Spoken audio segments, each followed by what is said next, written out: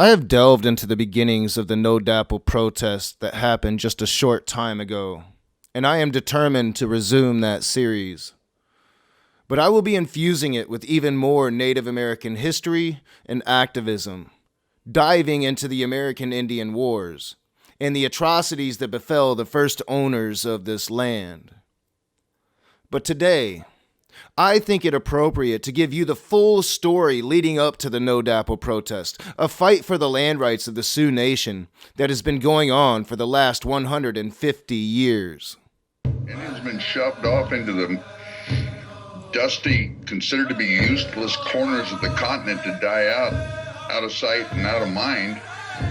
And this is the consummation. So there's no place to back up to. They're talking about potentially contaminating the water supply in a destitute reservation, running it under land that was already illegally taken from these people, which was their best farmland, the most arable land, sacred sites such that are flooded. You got to make a stand somewhere, and this is where. Lock us up at the gates of hell and we won't back down. We will stand our ground. Why-ya-hi, why-ya-hi. What is up, you sinners and saints? You find yourselves in the rage. I am the Raging Atheist, and today we're going to be looking at some American history. History that you might have heard of, but most likely have an inaccurate picture of what really happened. It is hard for us to imagine, here in the modern age, that this land isn't ours. Or it wasn't, until we took it. But most don't know that history, because it has been whitewashed of the tons of blood that was spilled, the atrocities committed, in order to create this illusion of a democracy. Many of those atrocities were delivered upon the Sioux Nation that ruled the Dakotas. The Black Hills, called the heart of the world by the Sioux Nations, are their most holy lands and the heart of their spiritual center. Ancient burial grounds, dating back thousands of years, are there. It is also where they believe the veil of this world blurs with the next, and they can commune with their ancestors. Now, I am an atheist. I don't believe any of these things. But it doesn't matter what I believe. It matters what we are supposed to stand for. And that is for individual liberty, which includes a freedom of religion. I ask you, where was that freedom of religion for any of the natives? Or for any of their gods? Or for any of their beliefs? In 1868, the Sioux Nation signed the Fort Laramie Treaty with the United States government, ensuring their rights of ownership over the Black Hills. But unfortunately for the Sioux, 6 years later, gold was found in the Black Hills. A forcible and illegal seizure of the Black Hills began when this caused unrest among the Sioux, whom left the reservations. The military was brought in to quell the disturbance. Major General George Crook took his command of 1,000 men north to meet them, while 2 other columns moved south under the command of Brigadier General Alfred H. Terry. One of these columns held the 7th Cavalry under the command of Lieutenant Colonel George Custer. Custer was a ruthless and cold-blooded commander, and let loose on the Sioux, he wreaked havoc. In June of 1876, Custer came upon a surprise group of Indians. Custer immediately attacked, but the Sioux were able to rebound and crush the 7th Cavalry, killing Custer himself. This would bring the wrath of the United States government down on the Sioux, and within 2 weeks the War Department was developing plans and strategies to exterminate every Indian in the country. We had the massacre at Wounded Knee, an event I plan on looking at in great detail as this series progresses.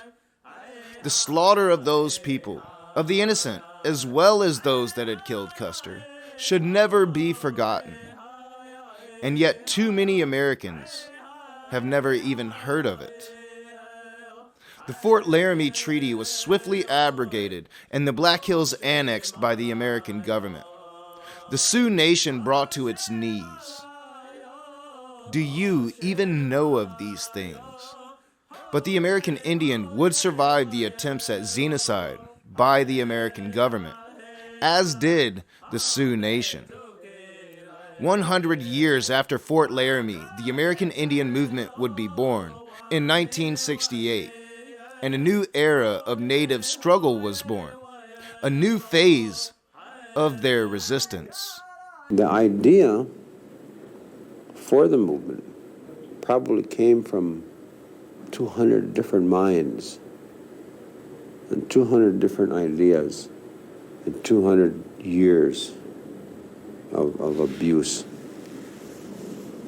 because it brought together people who were tired, people who were fed up, people who wanted to stand up and be heard. After the murder of 2 Indians in 1973, armed members of the American Indian movement, several hundred Indians, took over the town of Wounded Knee, the place where their people were massacred 100 years before. They took over the town in protest of the American government's racism against them and against the brutal tactics of the corrupt Bureau of Indian Affairs. Nixon's government would surround the town with armed vehicles and officers of the Bureau of Indian Affairs, as well as FBI and CIA operatives, fully equipped and prepared to kill every Indian occupying the town. The standoff would last for 71 days until elders of the Oglala Sioux, some descended from those that killed Custer, called for talks to open with the United States government over the Laramie Treaty, a historic victory for the Native American Indian. Land rights remain the center of the Native American struggle, and the war against them has never ended. Too many of us walk around in complete ignorance of the stolen land we walk on the blood soaked into the ground beneath our feet. So easy to forget when we have our video games, our internets, our modern world. Too easy to forget the sins of the past and ignore the plight of the present when it is kept out of sight and out of mind. These issues would once again culminate in 2016 when water protectors of the Sioux Nation would once again stand up to the United States government as well as big oil and moneyed interests, a struggle that continues in the courts with victory after victory. The struggle continues. The more that know, the more that can fight. I want to thank all of you for watching this video, and I hope more of you will watch this series as I move forward.